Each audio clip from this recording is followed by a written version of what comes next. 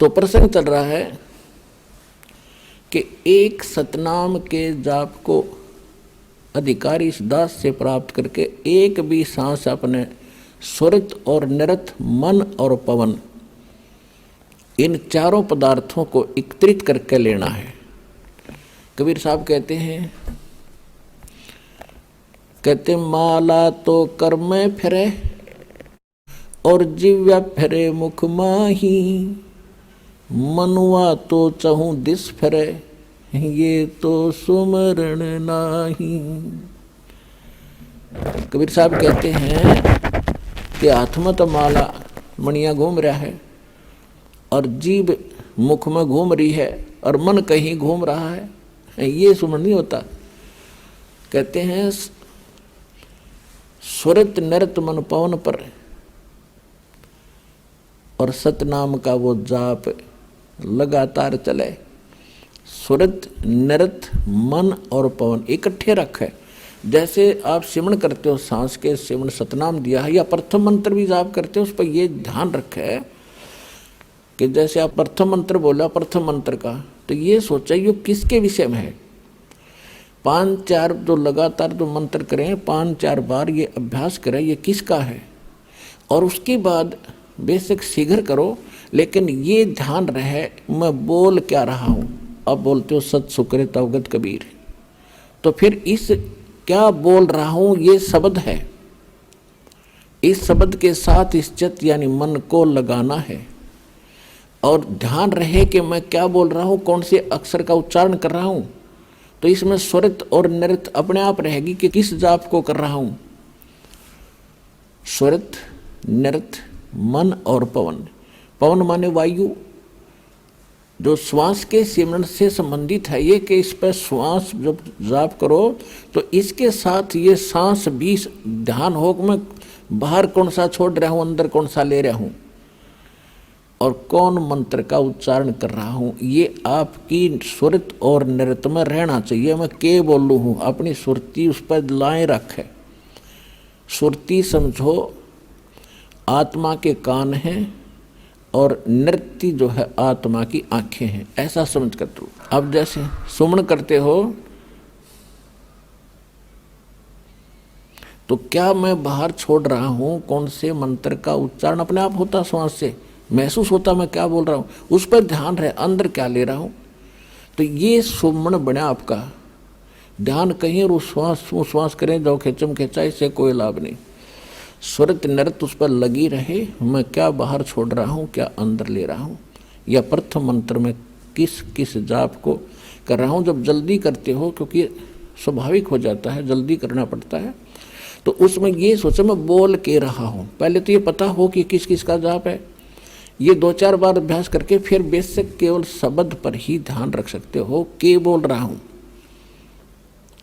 कौन सा मंत्र बोल रहा, हरियम बोल रहा हूँ किलियम बोल रहा हूँ, उस पर ध्यान रहे। तो वो उस पर जरूर रहना चाहिए, वो नहीं माला फेरे जाओ।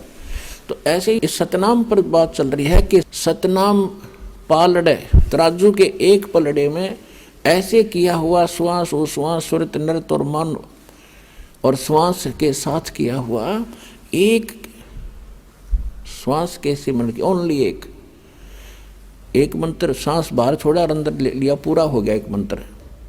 इस एक मंत्र के जाप को तराजू के एक पालड़े में रख दो उसकी कीमत,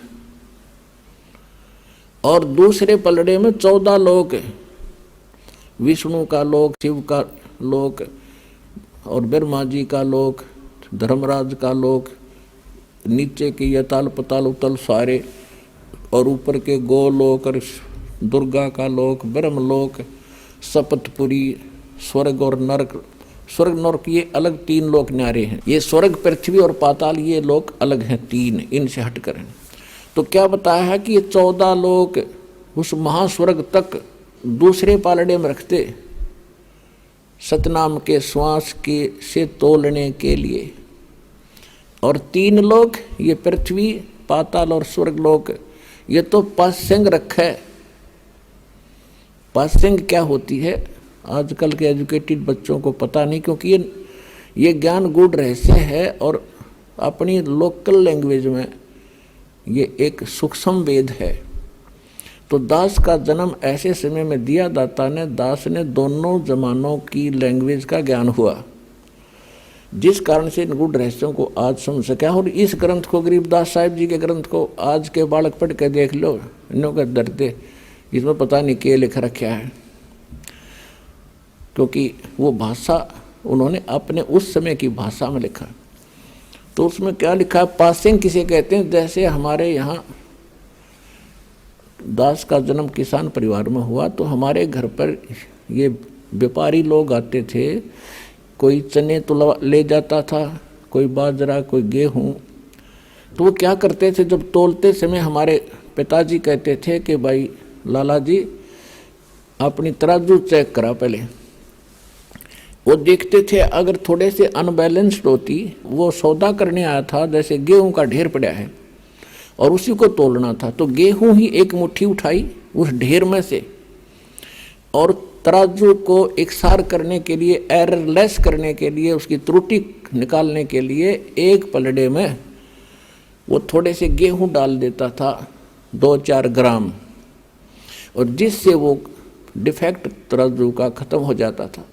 तो उस तरफ बट्टे रख देता था, और फिर उसके बाद वो सौदा कणक का तो घना था, वो पासिंग का तो कोई सौदे में अकाउंट है नहीं उस पासिंग का, तो जो रखे थे इतने गेहूं, तो ये पासिंग समझो। तो अब क्या बताते हैं गरीबदास जी, सतनाम पालड़े रंग होरी हो। सतनाम के 2 अक्षर हैं, वो तो स्पष्ट लिखा है वाणी में। सतनाम तो दास इसलिए बोल रहा है, इसको थोड़ा सा सार्वजनिक कम कर रहा हूं अभी, वैसे कर तो दिया तकरीबन। वो 2 अक्षर का नाम है, एक ओम और दूसरा वो तत् सांकेतिक है। कहते ये सतनाम है 2 अक्षर का, ये 2 अक्षर के नाम का जाप सतनाम कहलाता है। तो कहते सतनाम पालड़ रंग होरी हो, और 14 लोक चढ़ावे राम रंग होरी हो।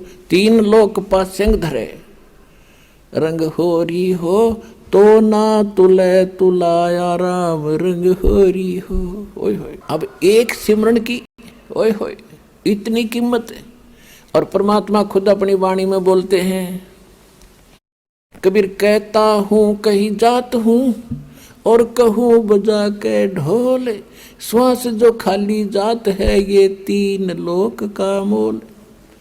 ये तो जो बिना नाम करे तुम खाली छोड़ रहे हो, ये भी इतना कीमती है, 3 लोक का मोल। और सतनाम के साथ जाप किया जाते, कहते 3 लोक पासेंग धरे रंग हो रही हो, तो ना तुला तुला राम रंग हो रही हो।